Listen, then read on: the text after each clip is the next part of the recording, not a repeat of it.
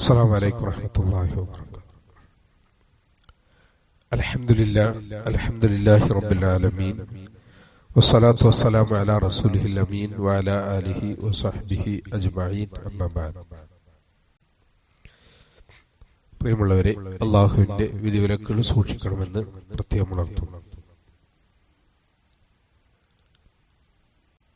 രോഗിയുമായി ബന്ധപ്പെട്ട നിയമങ്ങളാണ് നമ്മൾ വിവരിച്ചുകൊണ്ടിരിക്കുന്നത്.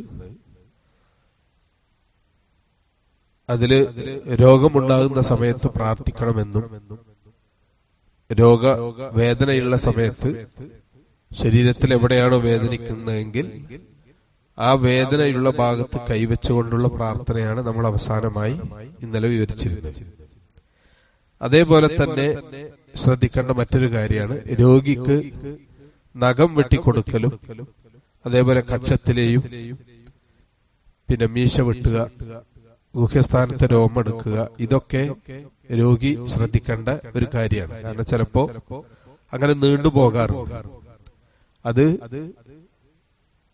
40 ദിവസത്തിലധികം ഈ കക്ഷത്തിലെയും അതുപോലുള്ള രോമങ്ങൾ മുറിച്ചു കളയേണ്ട രോമങ്ങൾ ബാക്കിയാക്കാൻ പാടില്ല എന്ന് റസൂലുള്ളാഹി സ്വല്ലല്ലാഹു അലൈഹി വസല്ലം പറഞ്ഞതായിട്ട് ഹദീസിൽ വന്നിട്ടുണ്ട്. അനസ് റളിയല്ലാഹു അൻഹു പറയുന്നുണ്ട്, വഖിത ലനാ ഫി ഖസ്സി ശാരിബ്, മീശ വെട്ടുന്നതിൽ ഞങ്ങൾക്ക് സമയം നിശ്ചയിച്ചു തന്നിട്ടുണ്ട്.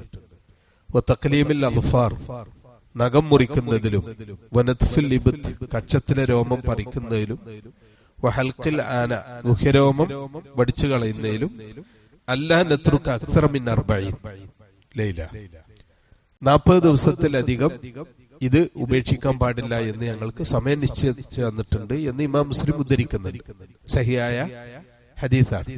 അപ്പൊ അതുകൊണ്ട് തന്നെ വൃത്തിയുടെ കാര്യമാണ് ഇവിടെ പ്രധാനമായിട്ട് ഇസ്ലാം എന്ത് ചെയ്യുന്നത് കൊണ്ട് ഉദ്ദേശിക്കുന്നത്. രോഗിയാവുമ്പോൾ പ്രത്യേകിച്ച് ചിലപ്പോൾ സ്വയം ചെയ്യാൻ പറ്റാത്തവരുണ്ടാവാം. അത്തരം സന്ദർഭങ്ങളിൽ അത് ചെയ്യാൻ പറ്റുന്ന അവരുടെ പിന്നെ അടുത്ത ബന്ധുക്കള് അത് ചെയ്തു കൊടുക്കണം എന്നാണ് പറയുമ്പോൾ ഇമാം ഹുബൈബ് റളിയല്ലാഹു അൻഹുവിനെ കൊല്ലാൻ വേണ്ടി ഖുറൈശികൾ വിധിച്ച സമയത്ത് അദ്ദേഹത്തിനെ കഴുങ്ങുമരത്തിൽ കയറ്റുന്ന സന്ദർഭത്തിൽ അദ്ദേഹം ഒരു ആയുധം, അതായത് പിന്നെ രോമങ്ങൾ വടിച്ചു കളയാൻ പറ്റുന്ന ആയുധം മറ്റൊരാളിൽ നിന്ന് കടം വാങ്ങിയിട്ട് എന്ത് ചെയ്തു, അദ്ദേഹം ഈ ഗുഹ്യരോമൊക്കെ എടുത്തു കളഞ്ഞു എന്ന് ഇമാം ബുഖാരി ഉദ്ധരിക്കുന്നുണ്ട്. എന്ന് പറഞ്ഞാൽ അത്രയും വൃത്തിയാക്കി, കൊല്ലാൻ പോകുകയാണെന്ന് അറിഞ്ഞിട്ടും അതൊക്കെ ക്ലീൻ ചെയ്ത് വളരെ വൃത്തിയിലായിരുന്നു അദ്ദേഹം ഉണ്ടാകിയിരുന്നത് എന്ന് ഹദീസിൽ വന്നിട്ടുണ്ട്. അപ്പൊ രോഗിയുടെ കാര്യം പ്രത്യേകിച്ച് എന്ത് ചെയ്യണം, മീശ വെട്ടിക്കൊടുക്കലും അതുപോലെ തന്നെ പിന്നെ ശരീരത്തൊക്കെ വൃത്തിയാക്കി വെക്കുക, നഖമൊക്കെ വെട്ടി വൃത്തിയാക്കി വെക്കുക എന്നുള്ളത് ഇതിൽ വന്നിട്ടുണ്ട്. ഇമാം നവവി റഹ്മഹുല്ലാഹ് പറയുന്നുണ്ട്, 40 ദിവസത്തിലധികം ഇതൊരിക്കലും പിന്തിപ്പിക്കാൻ പാടില്ല. 40 ദിവസത്തിലൊരിക്കൽ എന്തായാലും ഇത് ചെയ്യേണ്ടതാണ്. സൗദി അറേബ്യയിലെ പണ്ഡിത സഭയോട് ചോദിക്കുന്നുണ്ട്, ഇന്ന് വ്യാപകമായി സ്ത്രീകൾ നഖം നീട്ടി വളർത്തുന്നുണ്ടല്ലോ, അതിന് ഇസ്ലാമിലെ വിധി എന്താണ്? സ്ത്രീകൾ സാധാരണ ഇപ്പോ ആധുനികത്തിൽ എന്ത് ചെയ്യുന്നുണ്ട്, പെണ്ണുങ്ങൾക്ക് അവരുടെ നഖങ്ങൾ നീട്ടി വളർത്തുന്നത്.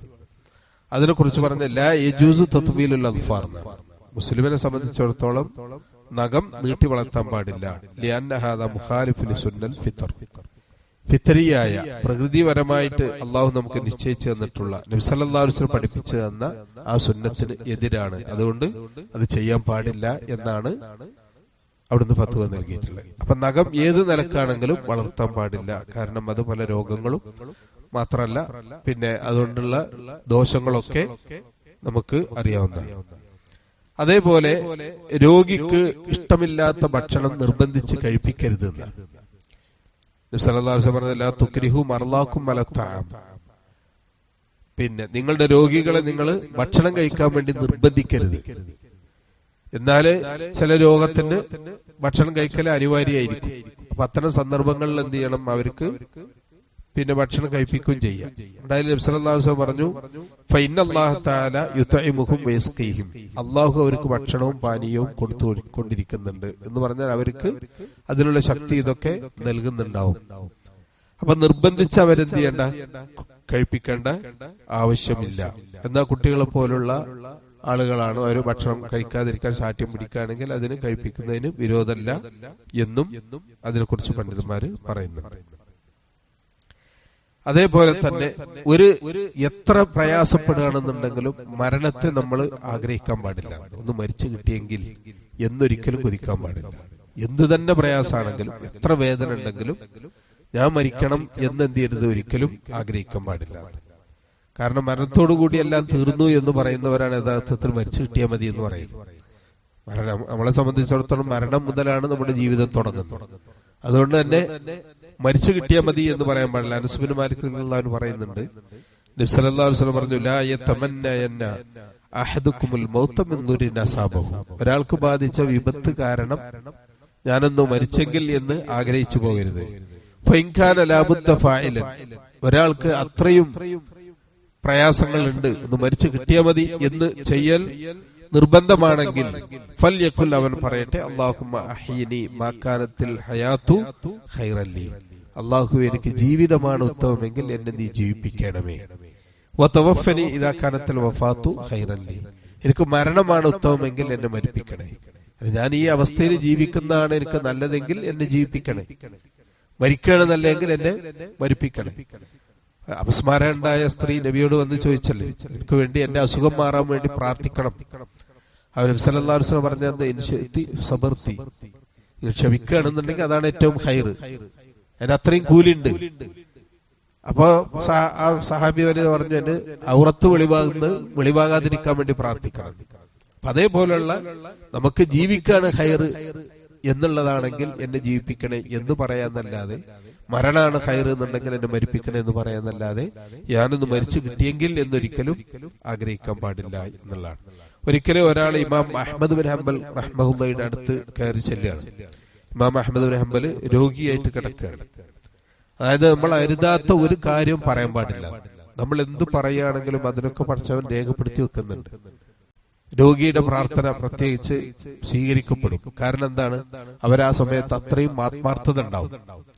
യാത്രക്കാരന്റെ ഇവരൊക്കെ പറഞ്ഞ പോലെ രോഗിക്ക് അവന്റെ പ്രാർത്ഥിക്കുന്ന സമയത്ത് വളരെയധികം മനസ്സ് നൊന്തുകൊണ്ടാണ് അവൻ പ്രാർത്ഥിക്കുക. അപ്പൊ അതുകൊണ്ട് തന്നെ നമ്മൾ തേങ്ങലോ നമ്മൾ എന്ത് പറയുന്നുണ്ടെങ്കിലും അതൊക്കെ അള്ളാഹു എന്തിയാണ് രേഖപ്പെടുത്തി വെക്കുന്നുണ്ട്. ഇമാം അഹ്മദ് ബിൻ ഹംബലിന്റെ അടുക്കല് അദ്ദേഹം രോഗിയായിട്ട് കിടക്കുമ്പോൾ ഒരാൾ കയറി ചെന്നു. അപ്പൊ അദ്ദേഹം തേങ്ങി ഒരു മുളക്കത്തോട് ഞെരങ്ങി ഇങ്ങനെ കിടക്കുകയാണ്. അദ്ദേഹത്തോട് പറഞ്ഞു, താബിയങ്ങളിൽപ്പെട്ട ഒരാള് തൗസ് എന്നാണ് അദ്ദേഹത്തെ കുറിച്ച് പറഞ്ഞത്. തൗസ് പറഞ്ഞ വലിയ താബഈ, വലിയ പണ്ഡിതനാണ് തൗസ്. അദ്ദേഹം പറഞ്ഞു, ഇന്ന അനീനൽ മരീദി യുക്തബു അലൈഹി എന്ന് പറഞ്ഞാല് രോഗി ഞെരങ്ങുന്നത് പോലും അത് അവന്റെ മേൽ രേഖപ്പെടുത്തി വെക്കപ്പെടും. ഞെരങ്ങ പറഞ്ഞ നമ്മളിങ്ങനെ പ്രയാസപ്പെട്ടിട്ട് ഇങ്ങനെ മൂളി നിരങ്ങി കിടക്കൂലേ, അതുപോലും അള്ളാഹു രേഖപ്പെടുത്തി വെക്കും. എന്നിട്ട് ഈ ആയത്താണ് ഓതിയത്, മാ യൽഫിളു മിൻ ഖൗലിൻ ഇല്ലാ ലദൈഹി റഖീബുൻ അതീദ്. അവൻ എന്തൊരു കാര്യം പറയുന്നുണ്ടോ അതൊക്കെ റഖീബ് അതീദ് രേഖപ്പെടുത്തി വെക്കുന്നുണ്ട് എന്നുള്ള ആയത്ത്. അത് കേട്ട ഉടനെ ഇമാം അഹ്മദ് ബിൻ ഹംബൽ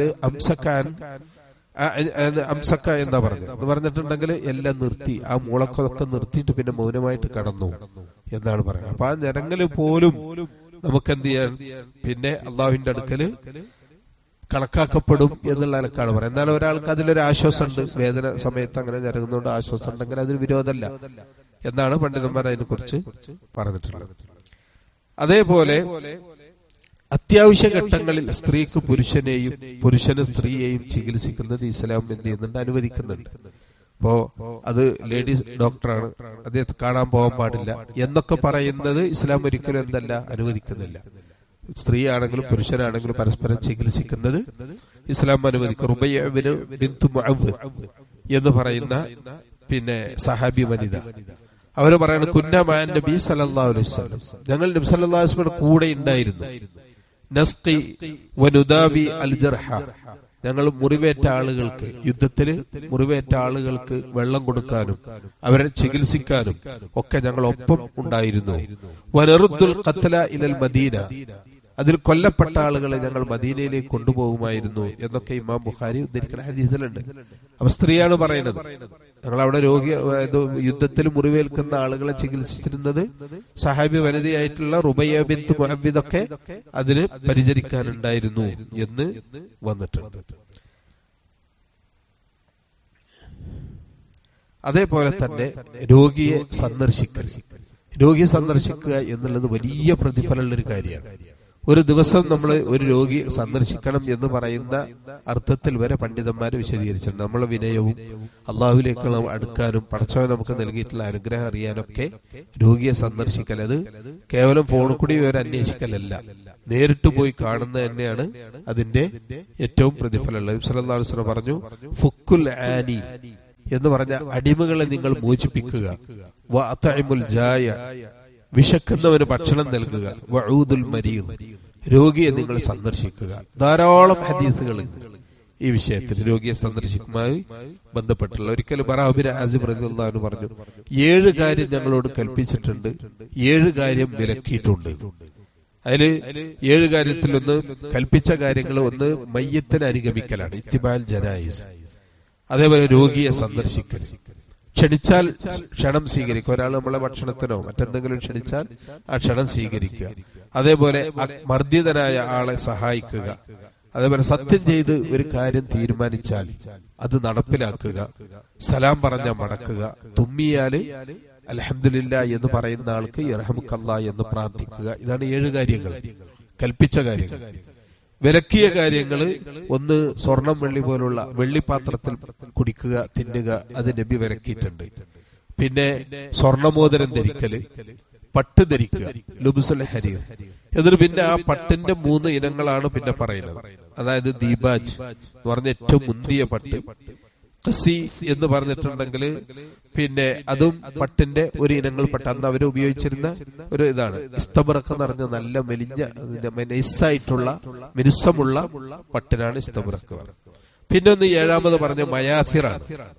ഈ മയാസിർ എന്ന് പറഞ്ഞിട്ടുണ്ടെങ്കിൽ അത് അവര് ഈ കുതിരപ്പുറത്തൊക്കെ ഇട്ടുകൊണ്ട് അതിന്റെ മേലിരിക്കാനും ഒക്കെ ഉപയോഗിക്കുന്ന ഒരു പട്ടിന്റെ തുണി തന്നെ. അതിന്റെ ഉള്ളില് പഞ്ഞിയൊക്കെ ആക്കിയിട്ട് കോട്ടനൊക്കെ നിറച്ച് തുന്നപ്പെട്ടുന്ന ഒരു പിന്നെ വസ്ത്രം, അതും നബി സല്ലല്ലാഹു അലൈഹി വസല്ലം വിലക്കിയിട്ടുണ്ടെന്ന് ഇമാം ബുഖാരി ധരിക്കുന്നുണ്ട്. അപ്പൊ ചുരുക്കി പറഞ്ഞാല് രോഗിയെ സന്ദർശിക്കുക എന്നുള്ളത് അള്ളാഹിന്റെ റസൂല് ഒരുപാട് കൽപ്പിച്ച കാര്യമായിട്ടാണ്. ഷെയ്ഖ് ഇബ്നു ഉസൈമീൻ റഹ്മത്തുള്ളാഹിയോട് പിന്നെ പറയുന്നുണ്ട്, അൽ മരീദുല്ലദീ യഹ്ബിസുഹു മറദുഹു അൻ ശുഹൂദിന്നാസ്. ഇവിടെ രോഗിയെ സന്ദർശിക്കുക എന്നുകൊണ്ട് ഉദ്ദേശിക്കുന്നത് ജനങ്ങളിലേക്ക് ഇറങ്ങി വരാൻ പറ്റാത്ത രോഗികൾ ഉണ്ടാവും, കിടപ്പിലായ ആ രോഗിയെ സന്ദർശിക്കുന്നതാണ് സുന്നത്തുള്ളത് എന്ന് പ്രത്യേകം എടുത്തു പറയുന്നത്. ഇൻഷാ അല്ലാഹ് ബാക്കി നമുക്ക് നാളെ വിവരിക്കാം. സർവശക്തനായ അല്ലാഹു തൗഫീഖ് നൽകുമാറാകട്ടെ. വസല്ലല്ലാഹു അലാ മുഹമ്മദിൻ വആലിഹി വസഹ്ബിഹി വസല്ലം. അസ്സലാമു അലൈക്കും വറഹ്മത്തുള്ളാഹി.